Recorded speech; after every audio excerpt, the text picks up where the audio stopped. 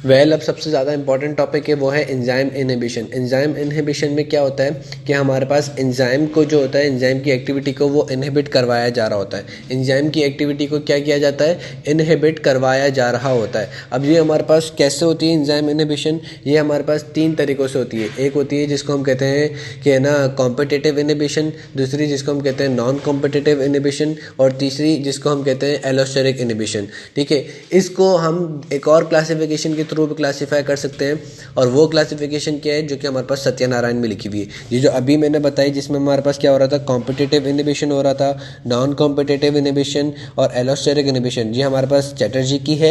और एक और क्लासिफिकेशन जो है जो कि हमारे पास सत्यनारायण की है, वो कौन सी है, उसमें ये होता है कि हमारे पास इन्होंने सिंपल ये क्या हुआ है, रिवर्सिबल, इरिवर्सिबल, एलोस्टेरिक। रिवर्सिबल के अंदर इन्होंने लेकर आ गए कॉम्पिटिटिव इनहिबिशन, ठीक है, और जो कि हमारे पास irreversible non competitive inhibition. Reversible के अंदर क्या क्या लेकर आ गए, कॉम्पिटिटिव इनहिबिशन और हमारे पास ना नॉन कॉम्पिटिटिव इनहिबिशन का एक पार्ट। ठीक है, रिवर्सिबल के अंदर ये लोग क्या लेकर आ गए, कॉम्पिटिटिव इनहिबिशन, और दूसरा क्या लेकर आ गए, नॉन कॉम्पिटिटिव इनहिबिशन का एक पार्ट। ठीक है, जो कि हमारे पास रिवर्सिबल वाला पार्ट है। उसके बाद कौन सी थी, इरिवर्सिबल। इरिवर्सिबल के अंदर कौन सी आ जाती थी, जो कि हमारे पास नॉन कॉम्पिटिटिव इनहिबिशन का सेकंड पार्ट है।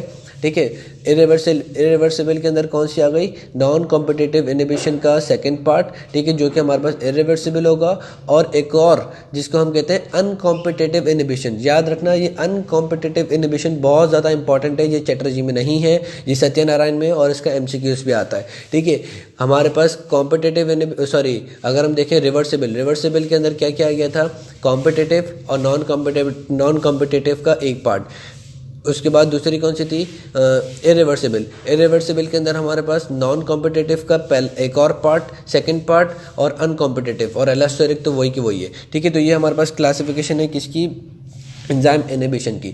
अब कॉम्पिटिटिव इनहिबिशन में क्या होता है, कॉम्पिटिटिव जो कि रिवर्सिबल है, इसके अंदर क्या होता है कि हमारे पास ऐसा सबस्ट्रेट जैसा मिमिक करने वाला सब्सटेंस होता है। सब्सटेंस जो कि हमारे पास है ना ऑलमोस्ट सेम होता है, सबस्ट्रेट की तरह होता है। ठीक है, structurally it look like a substrate. ठीक है, वो जाके हमारे पास क्या करता है, वो एक्टिव साइट पे जाके बाइंड हो जाता है। वो क्या करता है, वो एक्टिव साइट पे जाके बाइंड हो जाता है, लेकिन वो कैटेलाइज नहीं हो सकता। सबस्ट्रेट की तरह दिखने वाला ऐसा सब्सटेंस जो कि हमारे पास एक्टिव साइट पे जाके बाइंड हो जाए, लेकिन वो कैटेलाइज ना हो सके, तो इससे होगा क्या, इससे क्या होगा, हमारे पास है ना सबस्ट्रेट जो होगा, जो हमारे पास ओरिजिनल सबस्ट्रेट था, वो कैटेलाइज नहीं हो सकेगा, प्रोडक्ट डिक्रीज होना शुरू हो जाएंगे। और क्या फ़र्क पड़ेगा, और फ़र्क ये पड़ेगा कि हमारे पास के एम जो है वो हमारे पास बढ़ जाएगी। के एम क्या होगा, के एम जो है हमारे पास बढ़ जाएगी। मैंने पहले भी बताया था कि अगर हमारे पास के एम बढ़ रही है तो इसमें हमारा नुकसान है। के एम अगर हमारे पास बढ़ रही है तो इट मीन्स कि हमें हमारे पास प्रोडक्ट जो है वो नहीं मिलेगा।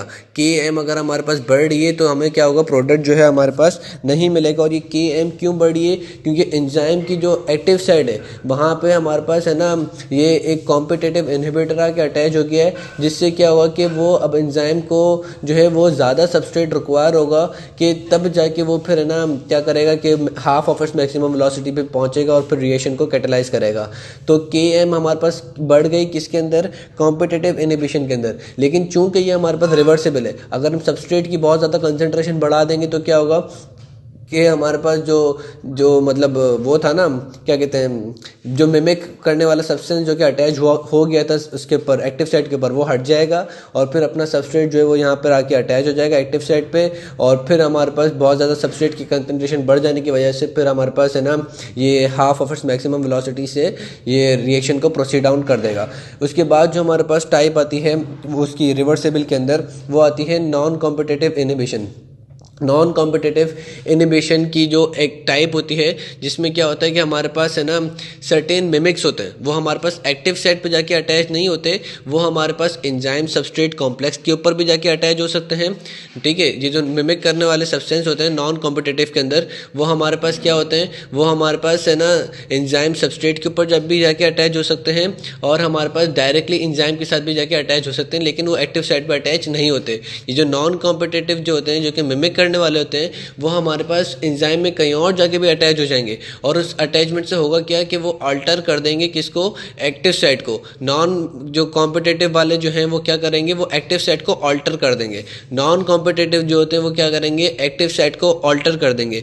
नॉन कॉम्पिटिटिव जो होते हैं वो क्या करेंगे, एक्टिव साइट को अल्टर कर देंगे। वो कैसे अल्टर करेंगे, वो एंजाइम के किसी और जगह पे जाके अटैच हो जाएंगे, एक्टिव साइट पे अटैच नहीं होंगे, किसी और जगह पे जाके क्या होंगे, अटैच हो जाएंगे, जिसका इन्फ्लुएंस ये आएगा कि एक्टिव साइट जो है वो अल्टर हो जाएगी। अब एक्टिव साइट जो है वो अल्टर होगी तो इससे क्या होगा कि वी मैक्स जो है वो एंजाइम की अपनी प्रॉपर्टी है, वो क्या होगी, वो डिक्रीज हो जाएगी। लेकिन के एम जो है, जो कि सबस्ट्रेट कंसंट्रेशन है, वो हमारे पास क्या रहेगी, वो सेम रहेगी। सबस्ट्रेट, क्योंकि हमारे पास सबस्ट्रेट की कंसंट्रेशन में तो कोई फर्क नहीं आ रहा, लेकिन फर्क किसके अंदर आ रहा है, एंजाइम की एक्टिव साइट पे फर्क आ रहा है।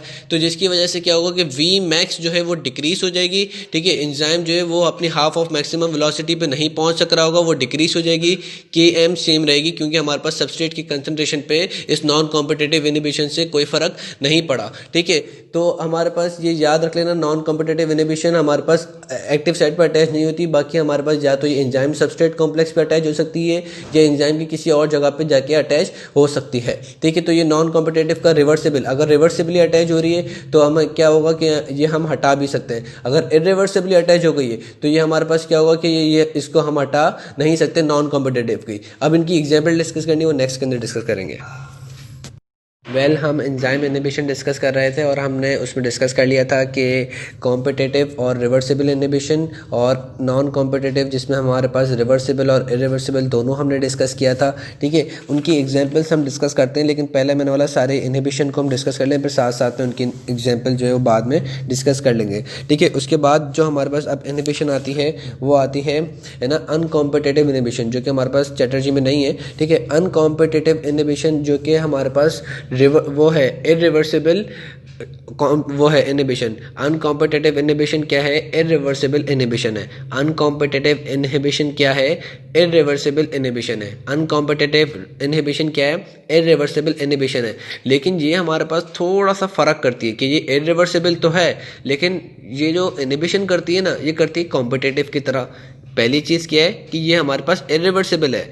ये जो अनकॉम्पिटिटिव इनहिबिशन जो है ये क्या है, ये हमारे पास इरिवर्सिबल है। लेकिन एक्ट किस तरीके से करती है, कॉम्पिटिटिव की तरह। वो किस तरीके से कि ये हमारे पास एक्टिव साइट पर जाके अटैच होती है। ये हमारे पास क्या होती है, ये हमारे पास एक्टिव साइट पर जाके अटैच होती है। और जो इरिवर्सिबल नॉन कॉम्पिटिटिव इनहिबिशन था वो हमारे पास एक्टिव साइट पर नहीं अटैच होता था, वो एंजाइम पे कहीं पर भी अटैच हो जाए लेकिन एक्टिव साइट पर अटैच वो नहीं हो रहा था, जो हमने देखा था किसके अंदर, इरिवर्सिबल नॉन कॉम्पिटिटिव इनहिबिशन में। लेकिन ये हमारे पास इरिवर्सिबल अनकॉम्पिटिटिव इनहिबिशन जो है ये हमारे पास कहाँ पे अटैच होता है, ये हमारे पास एक्टिव साइट पर इरिवर्सिबली अटैच हो जाता है। ये हमारे पास एक्टिव साइट पे इरिवर्सिबली अटैच हो जाता है, जिसकी वजह से हमारे पास क्या होता है कि वी मैक्स भी लोअर्ड हो जाती है, क्योंकि इरिवर्सिबली अटैच हो रहा है, एक्टिव साइट खराब हो रही है, तो वी मैक्स भी लोअर हो जाता है। के मैक्स भी जो होती है वो के एम भी जो होता है वो इसमें लोअर हो जाता है। इसमें क्या होता है, के एम भी क्या होता है, लोअर हो जाता है, और वी मैक्स भी जो होती है वो लोअर हो जाती है। ये आप घोल के पी जाना कि के मैक्स और वी मैक्स और के एम दोनों के दोनों किसके अंदर रिड्यूस होती हैं, ये अनकॉम्पिटिटिव इनहिबिशन में रिड्यूस होती है। और इसकी एग्जाम्पल ये है कि फिनाइल एनिलिन जो है, फिनाइल एनिलिन जो है वो हमारे पास अल्कलाइन फॉस्फेटेज जो कि प्रेगनेंसी के अंदर प्लेसेंटा में होता है, प्रेगनेंसी के टाइम पे प्लेसेंटा में जो होता है उसके ऊपर आके ये अटैच हो जाता है। अल्कलाइन फॉस्फेटेज एक एंजाइम है, उसकी एक्टिव साइट पर जाके हमारे पास फिनाइल एलेनिन जो है वो अनकॉम्पिटिटिवली जाके अटैच हो जाता है। फिनाइल एनिलिन अनकॉम्पिटिटिवली जाके active site of alkaline phosphatase पे अटैच हो जाता है। और ये सवाल जो है वो एमसीक्यूज में आता रहता है, और ये हमारे पास उसमें ऑस्पी में भी आ जाएगा।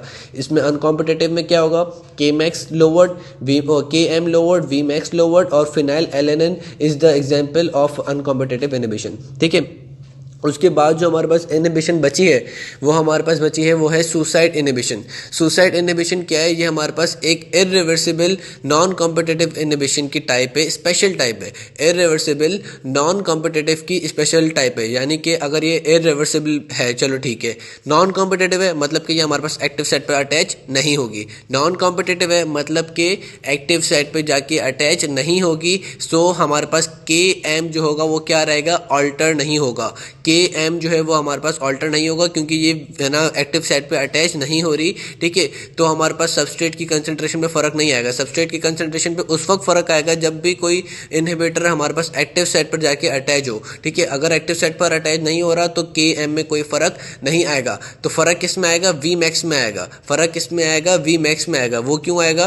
क्योंकि ये जो इनहिबिटर जो होगा, जो कि ना नॉन कॉम्पिटिटिव के, वो हमारे पास एंजाइम की किसी और जगह पर अटैच हो जाएंगे, और जिसके इन्फ्लुएंस से क्या होगा कि एक्टिव साइट जो होगी वो क्या होगी, वो चेंज हो जाएगी, वो थोड़ी ख़राब हो जाएगी, और वो वी मैक्स को क्या कर देगी? डिक्रीज कर देगी। यानी कि एंजाइम जो होगा वो इतना कैपेबल नहीं होगा कि वो मैक्सिमम वेलोसिटी से है ना रिएक्शन को प्रोसीड डाउन करे, ठीक है। तो अगर हम सुसाइड इनहिबिशन को डिस्कस कर रहे हैं तो सुसाइड इनहिबिशन क्या है? It is a special type of irreversible non competitive inhibition. इसमें क्या होगा कि जो इनहिबिटर जो होगा वो हमारे पास एंजाइम में कहीं पर भी अटैच हो जाएगा, और पहली दो चीज़ें क्या करेगा?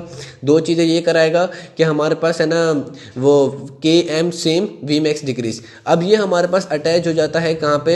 है ना एंजाइम के किसी भी जगह पे, और वो क्या कराएगा? वो एंजाइम के एक्टिव साइट को चेंज करा देगा।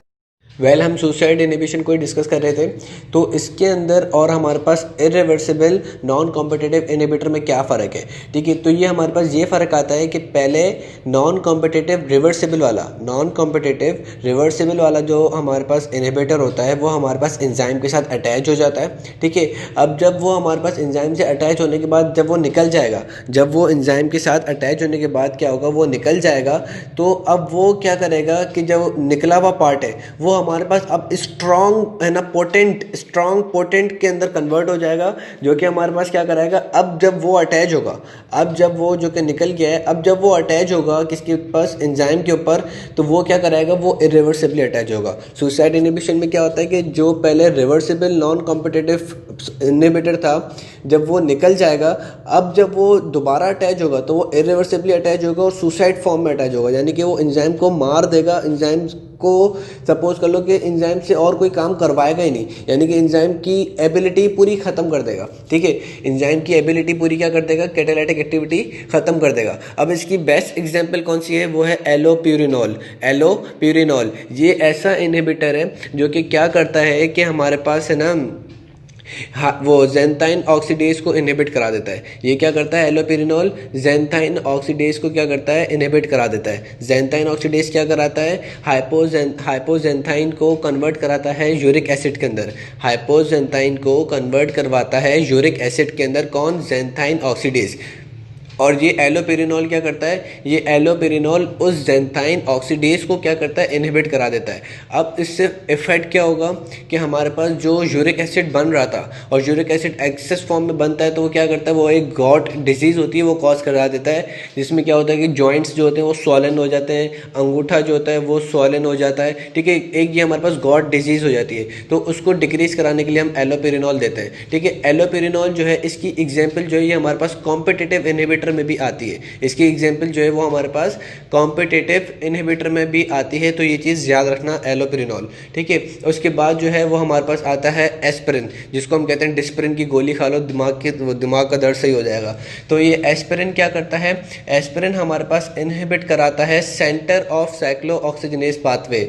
एस्पिरिन क्या करता है? It inhibits the centre of cyclooxygenase pathway, यानी कि साइक्लोऑक्सीजनेज पाथवे में जो हमारे पास सेंट्रल पार्ट का जो एंजाइम होगा उसको क्या कराता है? ये इनहिबिट करा देता है, जिसकी वजह से हमारे पास प्रोस्टाग्लैंडिन जो है वो सिंथेसाइज नहीं होते, और हमारे पास इन्फ्लेमेशन और पेन जो है वो कॉज नहीं होता एस्पिरिन से।